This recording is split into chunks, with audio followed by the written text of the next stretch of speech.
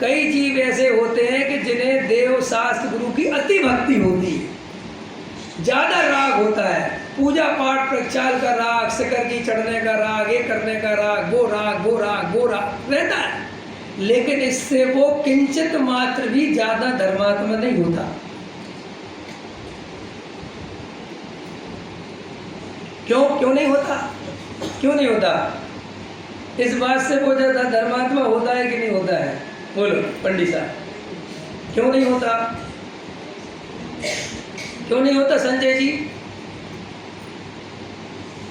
इस बात से कि उसकी कसाई बंद है, इससे वो थोड़ा ज़्यादा धर्मात्मा होता है कि नहीं होता है?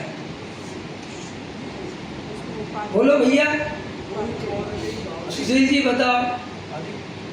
उस देखो उपादेय माने तो मिथ्या दृष्टि हो गया, बात ही खत्म हो गई। लेकिन अपन तो चौथा गुणस्थान है दोनों का, और एक की कसाय मंद है चौथे गुणस्थान में, समझ रहे हैं? और एक की कसाय तीव्र है, और गुणस्थान कौन सा है? चौथा। तो चौथा गुणस्थान है, तो कसाय की मंदता होने से वो ज्यादा धर्मात्मा है क्या?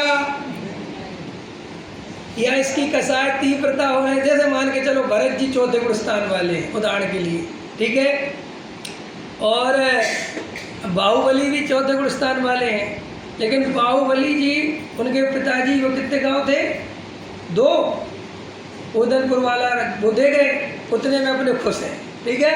क्योंकि बाहुबली बहुत शक्तिशाली थे, चाहते तो 2-4 राज्यों पे हमला करके कुछ अपना बढ़ाते, लेकिन उनने कुछ नहीं किया, उनने कहा जितना है बहुत बढ़िया है।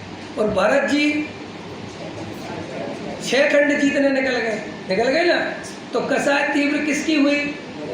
भरत जी की। और बाहुबली की कितनी कसाय है? ये बहुत मंद है। ऐसा होने पर भी गुणस्थान दोनों का कौन सा है? आया समझ में?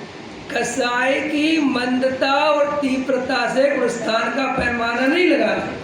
भाई किसी की कसाय मंद है तो उसको ज्यादा भक्ति है, ज्यादा करता है, किसी को कम है होता है, उस जाति का तो कम है, लेकिन जो धर्म है वो तो कसाय के अभाव